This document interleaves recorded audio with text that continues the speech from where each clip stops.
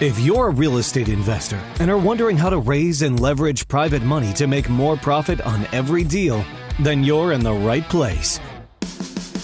On Raising Private Money, we'll speak with new and seasoned investors to dissect their deals and extract the best tips and strategies to help you get the money, because the money comes first. Now here's your host, Jay Conner. Let me tell you about Chris Prefontaine. As I said, a good friend of mine, lives down in Florida.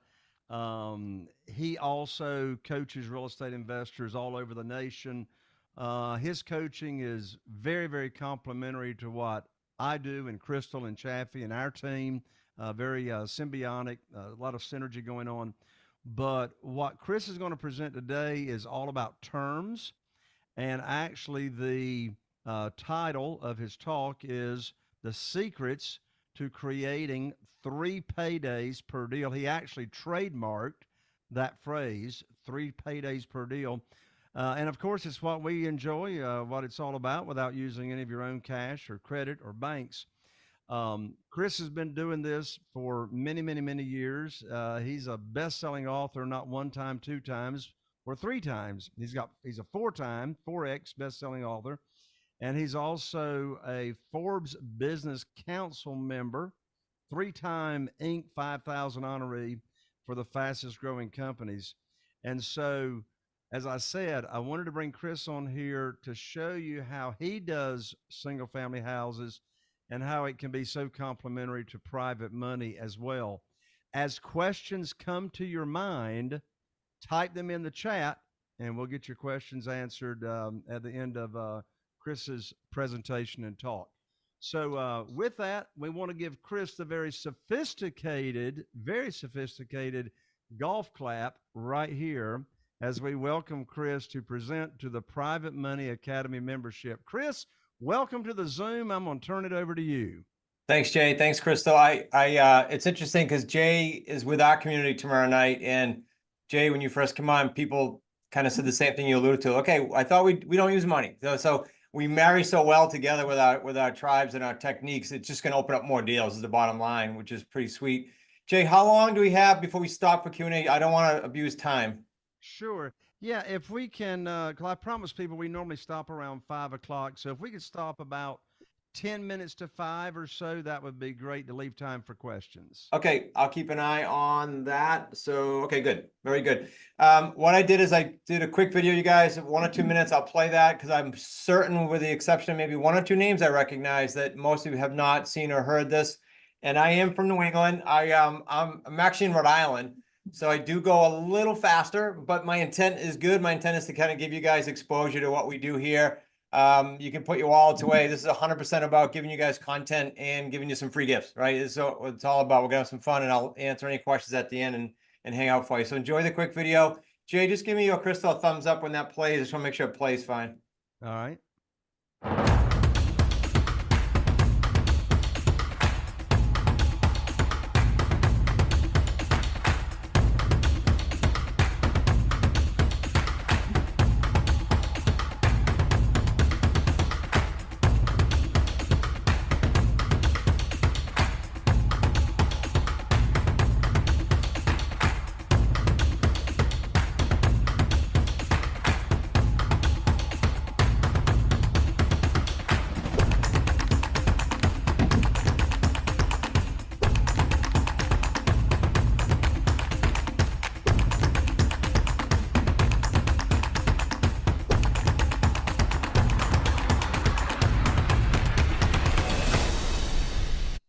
Let's dive in here. Jay did introduce this as sort of the 3 paydays that we trademark. I'm gonna go through some case studies. I'm gonna go through some real metrics and show you how the math works and how the money works.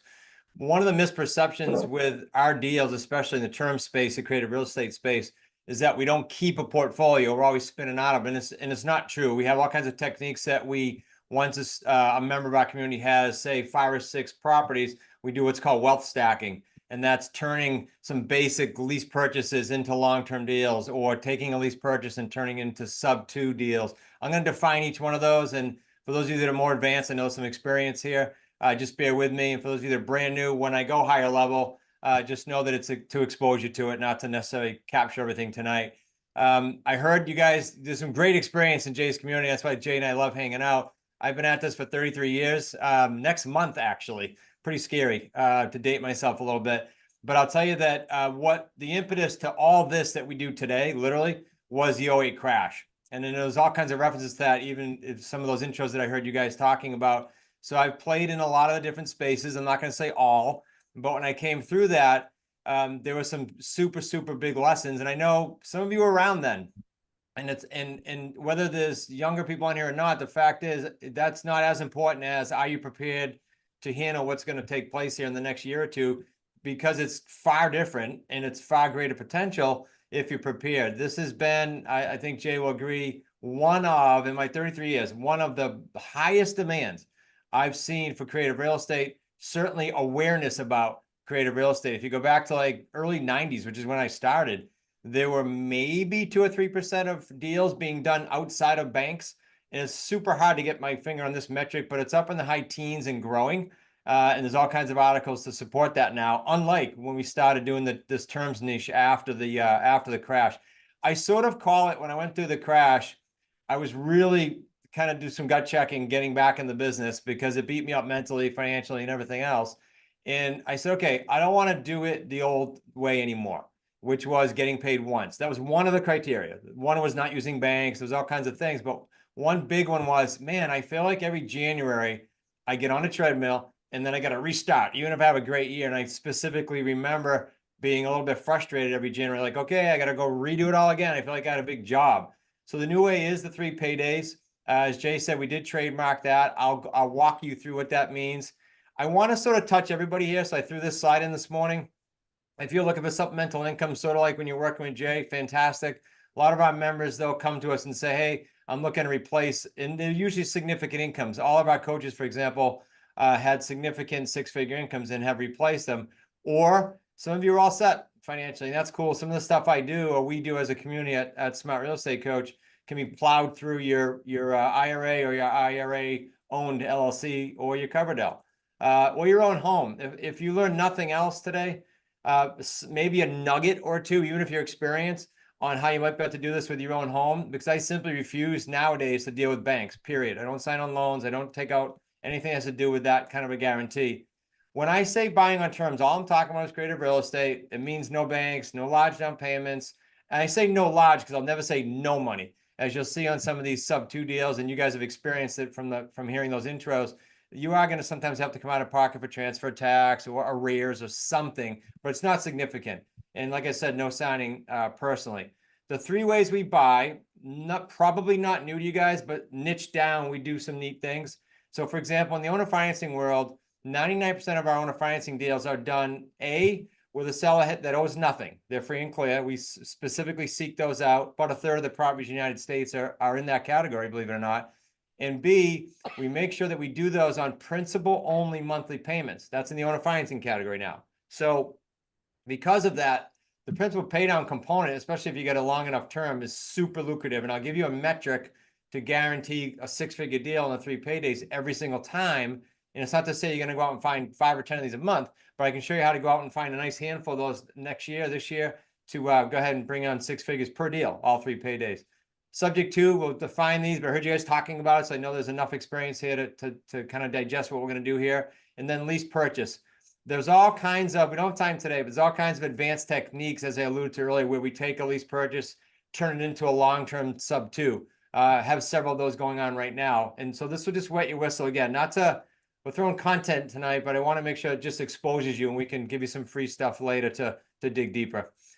We've got about 75 years experience now on top of my 33 with the coaches, my son-in-law. We are a family company. And so we've done what I call bridge the gap now since about 2013. And I know Jay shares this frustration. We've talked about this on each of our podcasts, and that is a lot of great marketers that are in the education space that can market product to all of us, but they don't come behind it. So there's no one doing deals, and we're trying to bridge this gap. The two of us are in our respective tribes to bridge what gap? To bridge the gap between when someone takes a course or goes to a seminar and does a deal, actually gets a deal done. That, unfortunately, for most people is a black hole. And I talk to people weekly that have spent tens of thousands, a few six figures, and haven't done a deal yet. It just doesn't compute with me. So that's our mission as a company, is to do deals. That's what we do. I will always talk, so you guys are sort of current with me all the time with what I say, only strategies that we do. And so I'm sitting here in Newport, Rhode Island with my son, Nick, and we do deals just like I'm talking about today, and we have for many, many years. It's nothing in here is theory. To zoom back out again for the basics, and again, if you have this experience already, just bear with me here for a few slides. Owner financing to us then is the sellers becoming our bank. The power definitely becomes yours. A great, great example is during COVID.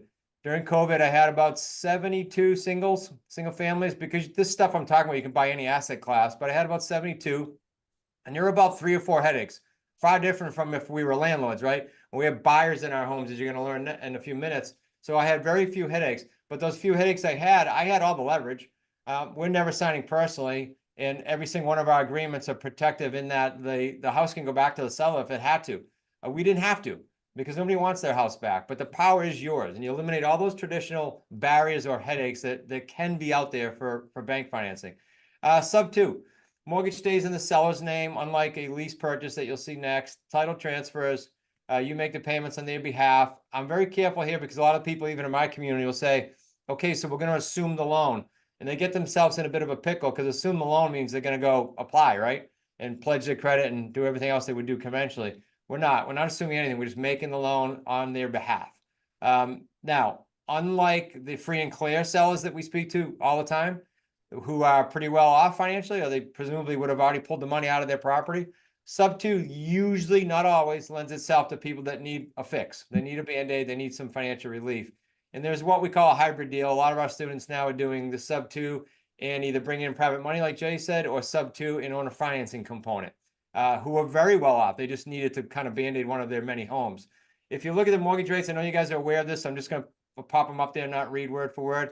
But the ability for you to buy between owner financing and Sub 2, between 0% and 5% right now is rampant. You can almost handpick the deals.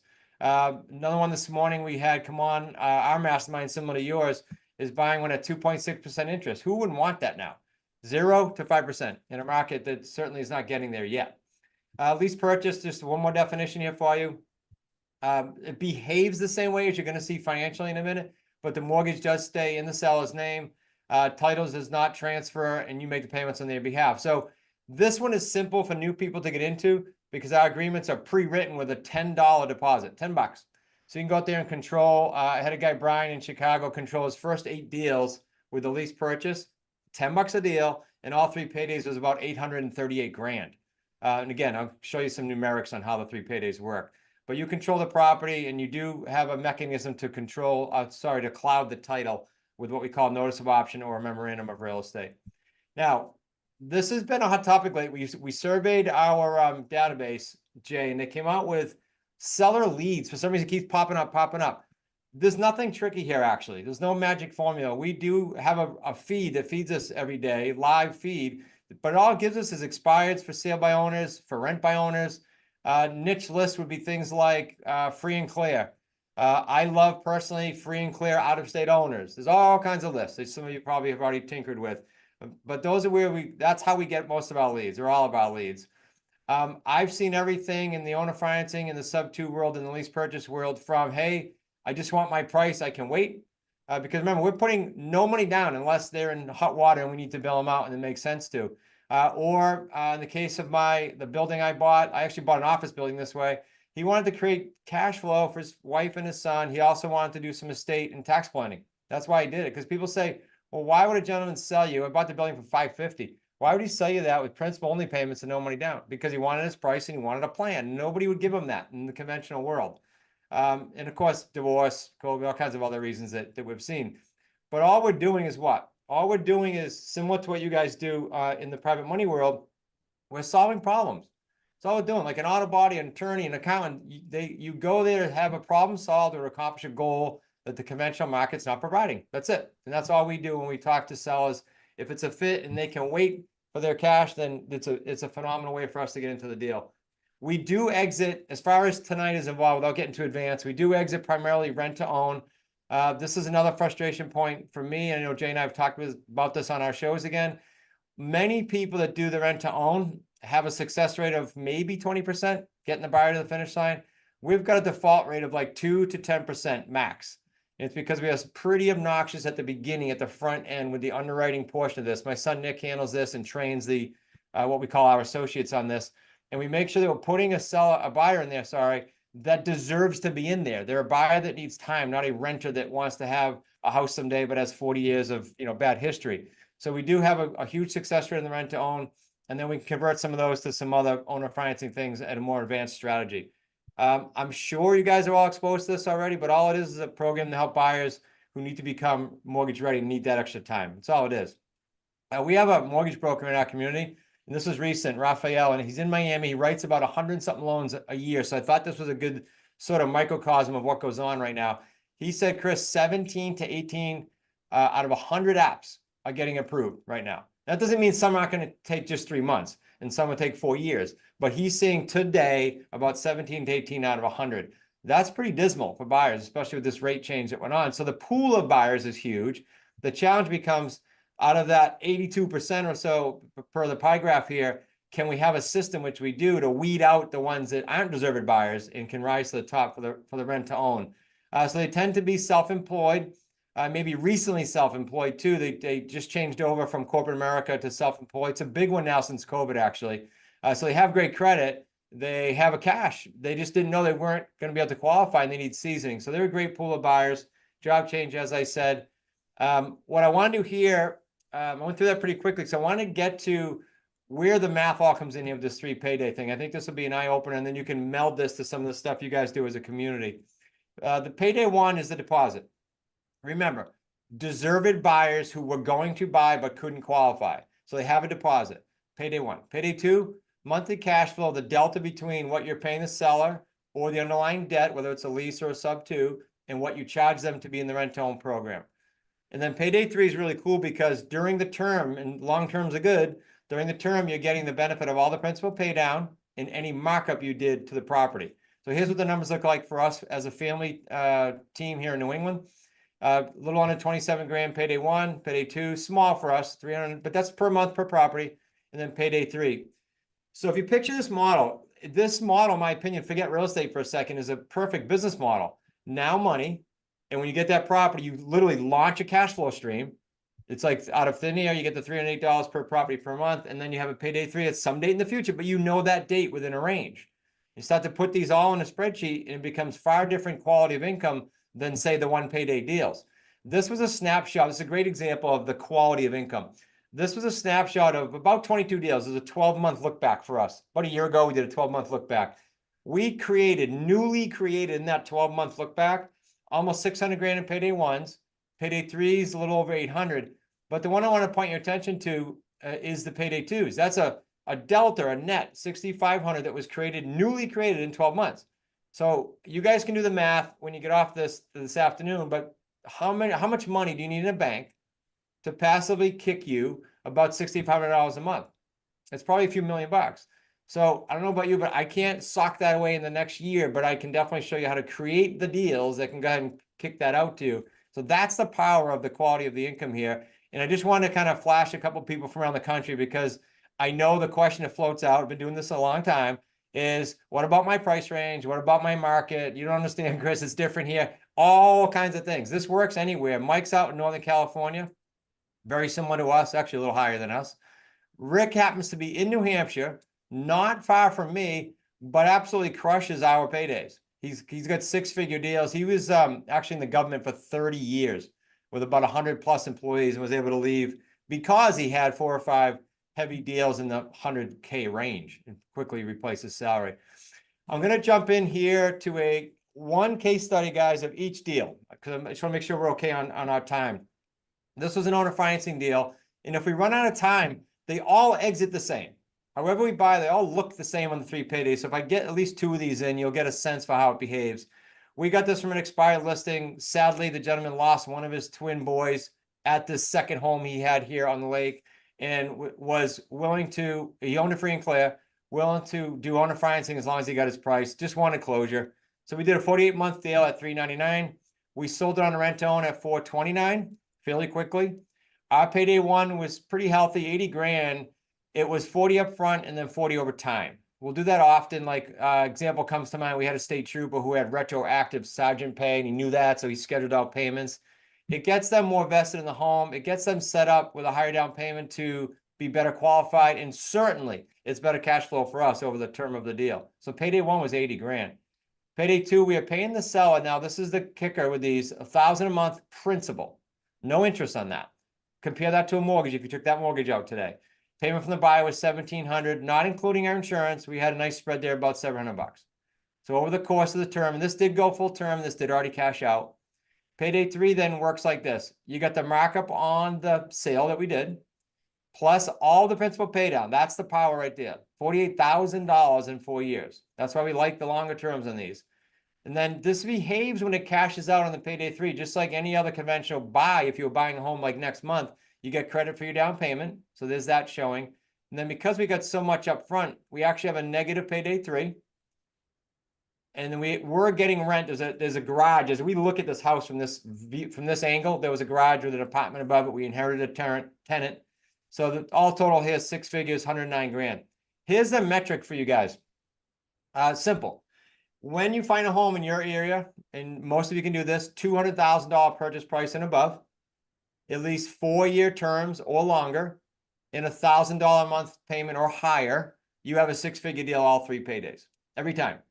And that's why now you can see why I like fishing in the pond of free and clear. Because if you do 6 of these a year or 8 of these a year, you have a serious healthy income with some predictability for the next 3 or 4 years. This was a recent payday 3 we had. I flashed it. It was last fall. I flashed it because if you look bottom left, 77 grand. I give you the averages because that takes into account everything. So our average, all 3, is only about 77, 78. This was one that was payday 3 alone was 77. We had one in Maryland in February. It was a record. It was 329 grand payday 3. So there's anomalies, but the norm is the true average I gave you. Misperception about having some really nice homes, that whether this works or not. This was an owner financing deal. Now here's the punchline here. Get this. This woman was a realtor in Boston. So everybody says, well, why would she do this? There's always, remember I said it's about solving problems or helping them accomplish a goal the market wouldn't do? Well, this woman had her mom living with her who was ill, and every buyer that came in, she was trying to buy time and be in the home still. No conventional buyer wanted that. So we gave her what she wanted. We bought this home. We broke the mold as far as the down payment. We bought this home for $945,000. We put 8 grand down, I think it was. 48-month deal. This has already cashed out. We turned around and sold it for 1.1. I'm just going to flash the paydays quickly from a time standpoint because they behave the same way. It's just a much bigger deal. 100 grand down. That's your 1. Payday 2 is a nice spread. 18 grand over the term. But now here's the, as always, look at the power of the principal paydown. 126,000 in principal paydown. And again, 99, almost 100% of our deals are done with sellers, especially in the residential world, not the commercial so much, with principal paydown, 100%. And by the way, what if you had to negotiate and get 50% credit? Still great, right? Still way better than a bank. So all 3 paydays here, almost 300 grand. That was the record. And then last February, we broke it with that 329 that came out for a total of like 350. So we did have some costs there, transfer tax and 8 grand. But that for $1 million home was pretty good deal. Okay, time-wise, let's do a lease purchase so we get them all in. This was actually a referral from a realtor. Some realtors they understand what we do. They just don't want to go down that lane. And let's face it, I was a realtor back in the 90s. I got to a point of 100 homes a year. We can't sell as realtors all our homes, right? Some expire. We can't even take some listings because they don't want to pay us, so they can't afford to. So I tell realtors, anything doesn't fit in your box, refer to us. You'll be a hero instead of letting it go. So this was a referral. I'll go through this briefly. This was a lease purchase now. So for $10, we controlled this deal. We did a 36-month term, turned around and sold it to a rent-own buyer for $329,900. This has cashed out already. This is a done deal. Deposit payday 1, 24 grand.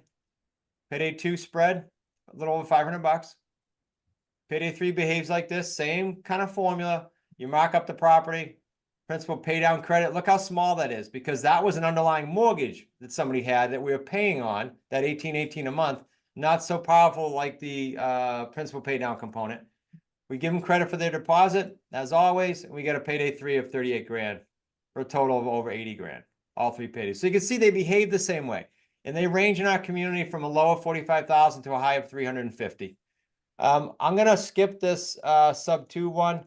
Again, it behaves the same way, but I'll give you the reason behind the sub 2. This very typical. This was a couple that was getting divorced, not a happy, amicable divorce. One was on the deed, one was on the mortgage. They were behind $4,100. All the whistles went up, all the bells and whistles. It told us, okay, we got to save this. So we did have to come up with $4,100, but all 3 paydays there was a little under 80 grand. The woman that went into this home, just to sort of give you type of buyers, I always said they got to be true, deserved buyers. This woman was an attorney. She wrecked her credit going through law school, needed the rent-to-own avenue. So many people now need the rent-to-own avenue. It's crazy, the demand. So I already mentioned this. It doesn't matter what price, what market condition, what area that you're in. And I think I alluded to several times, you can and should, in my opinion, do this on multifamily and commercial. We pointedly did a mailing twice of only less than 300 pieces, tiny mailing. We targeted 4 to 10 unit buildings that were free and clear. Each time bought one. Each time bought one with no money down. Each time cashed out over 6 figures.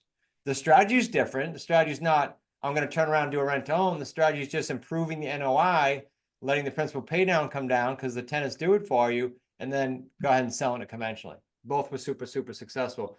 This was my commercial building that I alluded to earlier. Bought it in November of 18. You see that in the far left.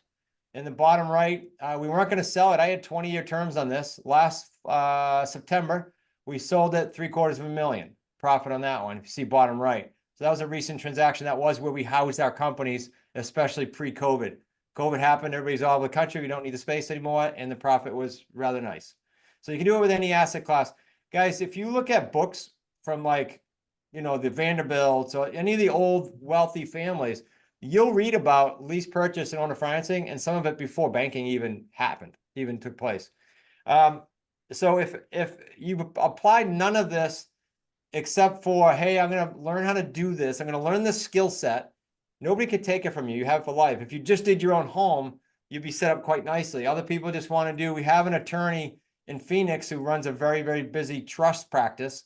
And if his goal is like, Chris, I just want to do 1, 2, or 3 deals. That's it. I don't want to blow this up. I just want a few deals a year. That's great. Or like most people that come in the community, you might want to scale this to 1 a month or more. Your choice. Jay, I did, as promised, this is just a free gift. I appreciate you guys letting a New Englander fly through some slides and be a talking head for an hour, 45 minutes. You guys get the best-selling books. Real Estate on Your Terms was updated, coincidentally, during COVID. Because we were in the midst of it, and then that happened. We were like, okay, great, an advantage to kind of update all this stuff. So that's fairly updated. And then deal structure overtime is a look behind all the deal structures we have on YouTube. We have almost 500 where we show you deals, but that's a look behind the scenes, like all the nuances and all the things about buyers and sellers, so you can learn from those lessons. You can go to that link, so we know it came from Jay's group privately here, or just scan the code there. Jay, we can hit Q&A. I want to make sure we stopped in time. I'll put that link back up, but anything that you think I should go back to. That was a lot quick and we couldn't cover a lot, but I want to make sure we threw everything out there. Sure. You for sure plowed a lot of ground there, Chris. Hey, Crystal, if you would put in the chat that URL that Chris has got right there on the screen, or we can just leave it right there and put it in the chat as well. smartrealestatecoach.com/private money. And that'll give you get you to Chris's books. So any questions for Chris? Type in the chat, and I see some questions coming in. I'll start with one question, Chris, and then I'll ask Crystal to read questions that are coming into the chat. Sure. So one of the ways that you shared here in your presentation that you find motivated sellers off-market properties are through expired listings. So a couple of questions there. How does a real estate investor get expired listings to market to if they're not a real estate agent or a realtor? Yep. What kind of, and so it's 3-part question. How do you get the list? Second part to the question is, how do you market to them? Is it direct mail, et cetera? And then the third part of the question is what's your approach on talking to expired listings to where they will sell to you when it didn't sell in the MLS? Yep, all awesome, awesome questions. So one, as a non-licensed person, you can get them through My Plus Leads. It's on our resource page, but they're an open company. Anyone can go to them. They're the only one that I'm aware of today. I used to use RedX when I was licensed back in the day. The only one today you can get the expireds from non-licensed, I believe. Unless you have a realtor friend, you can work something out. That's what also I used to do in the past. Second, we have virtual assistants who are trained. I know there's virtual assistants all over the country and out of the country, but we have a group that we used to train in-house, Jay. We used to run a VA company, and then we said, well, this is crazy. This is not within our focus. So we gave it all back to the gentleman that runs it, but they're all trained in creative real estate. So we just send all our students there. So the VAs call, they're not calling us, the wholesalers or the flippers that have to lowball because we can pay the market if we get our term. And so they're always called by VAs. Can you also mail if you wanted to? Sure. We dial them, and then the VA gives us the people, sort of the cream of the crop. They'll give us the ones that say, sure, have someone contact me. So that's how we get in the door. And then third, our approach is simple. Going back to solving the problem. My script, I'll just share some nuggets here. My script is real simple. Jay, if it had sold, where were you going? Because right away I want to know where you're going and how fast, and what if it doesn't sell again? What's the repercussions, right? Is there some motivation here? And if they share that with me, and I know there's some motivation, not just, hey, I was going to downsize, I'm staying forever now. I don't need you. If there's some motivation or some frustration that I think I can help with, my next question is real simple. If you got your price, I see you on for $250,000, it didn't sell. If you got your price, are you open to selling on lease purchase or owner financing, or did you need your equity to move? Some people say, no, like today, I talked to someone, no, I already moved, the house is empty. I need to fix that. I need to Band-Aid that. I don't need the cash. Others say, no, I need to go buy a home, my family, so I'm not their buyer then. So that's the simple script. You just sift through those. About a third of the people you talk to are going to be open to that. That's a pretty amazing percentage there. A third of the people that you're talking to. So that's fantastic. Crystal, do we have any questions in the chat for Chris? We do. So, let's see. George Falk asks, can you use the program to buy and hold commercial property? 100%. So my building I bought in 2018 with a tenant in it, an anchor tenant. That anchor tenant paid about 90% of what I structured with the owner, and I structured a 20-year term. My intent was to keep it that long.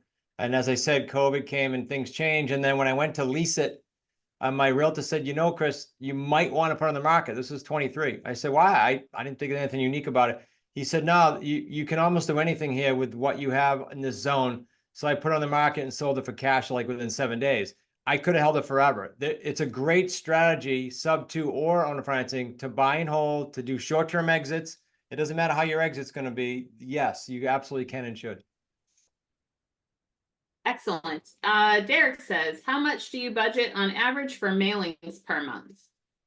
Good question. We don't, and I'll tell you why. Because when I started it after the crash, I had zero.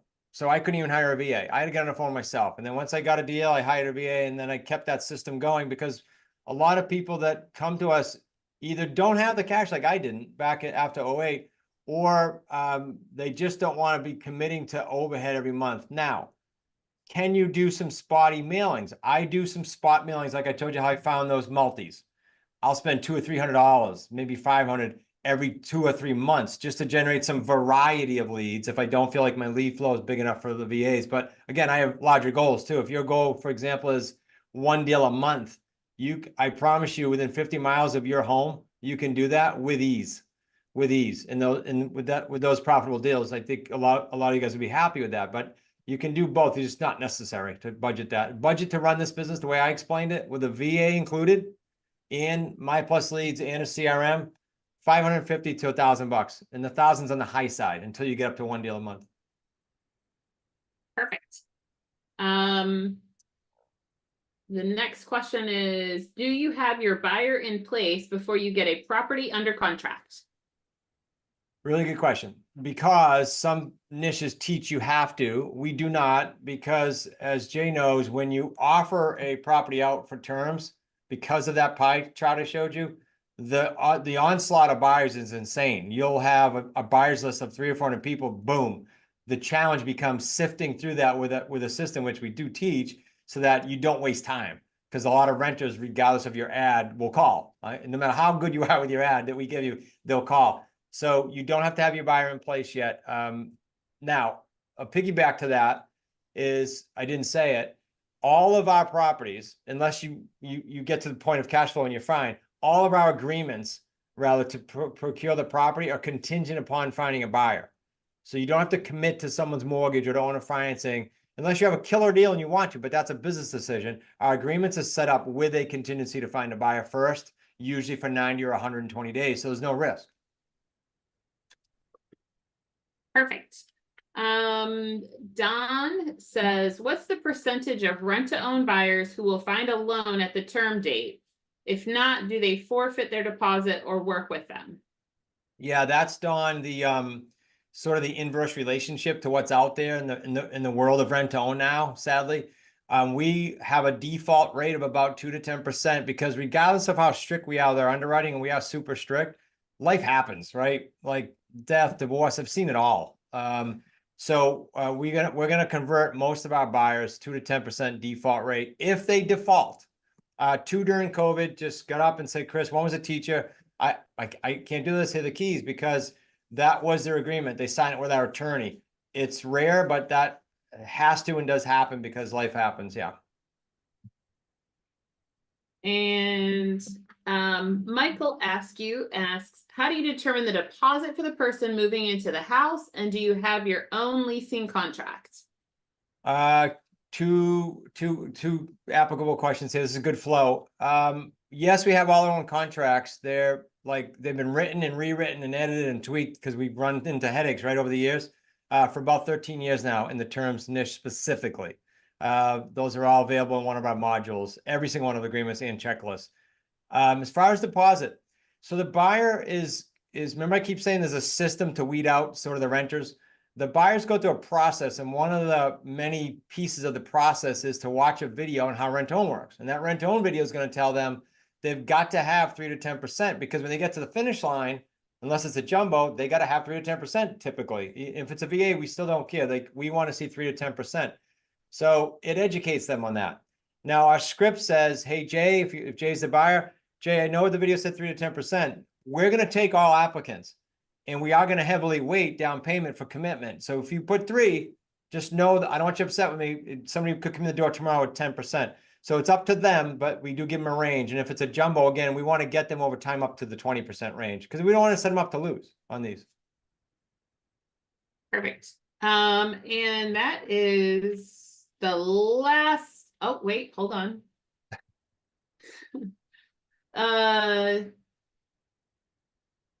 Yeah. Derek said, do you find some sellers are reluctant knowing they have to wait on your buyer? Oh, for the buyer contingency? I mean, most of our deals are done that way, so not really. See, remember, we're doing this with someone that we can solve something for or help them accomplish a goal they couldn't accomplish, right? Or there's a time issue and it has to happen and they want closure in their head, even if there is a contingency. Now, if there's a deal today, there's a deal in New Jersey for my student Avi, and the payment has to be made Friday on what the bank is calling a trial loan mod for 3 months. And if they don't miss a payment, the loan mod kicks in, all there is kicked to the back, and it looks great. Well, they're getting divorced. So if Avi wants this deal and he doesn't want to pay 30 grand up front, he's got to go ahead and do that right away. And he decided to do it because there's a lot of equity he's walking into and he's solving a big problem. So there's, again, business decisions that you have to make, but most of them we are able to do the contingency. Perfect. Deborah asked, if the seller wants his price, do you pay full price? Can you give an example of how you did it and what is the highest price you pay? We can go to market for sure. We've done it a lot. Those deals I showed you, especially the oceanfront, that was on the market for what we bought it for with the realtor. We pulled several $100,000 out of it. She couldn't even sell it. It's just because in terms, the market's entirely different. We're fishing in a different pond. We can pay market price. If the seller wants to go out like the building, 20 years, 10 years, I'll pay equivalent premium, equivalent to 1 to 3 months worth of principal pay down for every year they add. So if they want to add 3 years, I don't mind adding a little, what equates to 1 to 3 months of principal times however many years, because it's going to get eaten up right away by my principal pay down.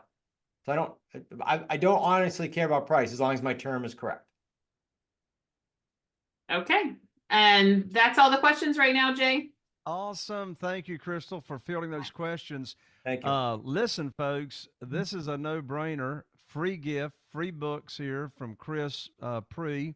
You got the QR code there. You got the URL smartrealestatecoach.com/private money to get those free gifts. Y'all, let's give Chris Prefontaine the very sophisticated golf clap right now. Thanks, Chris, guys. thank you so much. Thank you so much for bringing on the heat and covering so much in such a short period of time. Thank you so much. Thanks for dealing with my speed. Jay, have an awesome night. Everybody have an awesome night. You guys are great. I love the community. All right. Thank you so much, Chris. Yes, Chris. Crystal, did you have something before I go to the next topic? It was one last question that came in, but I think Chris kind of answered it earlier. Okay. So it's okay that he had to sign off, meaning the question was, do you find certain areas sellers are more open to these programs? And I would just say, based on what Chris already shared and our experience, that no, it can be done anywhere. There you go. Absolutely. Of course, you all do know that Crystal's nickname is the Queen of Subject To. So if you ever have any questions about Subject To, Crystal can definitely answer those questions. So, are you feeling inspired by the knowledge you gained in this episode? Then head over to jconner.com/moneyguide. That's jconner.com/moneyguide and download your free guide that shares 7 reasons why private money will skyrocket your real estate investing business right now. Again, that's jconner.com/moneyguide to get your free guide. We'll see you next time on Raising Private Money with Jay Conner.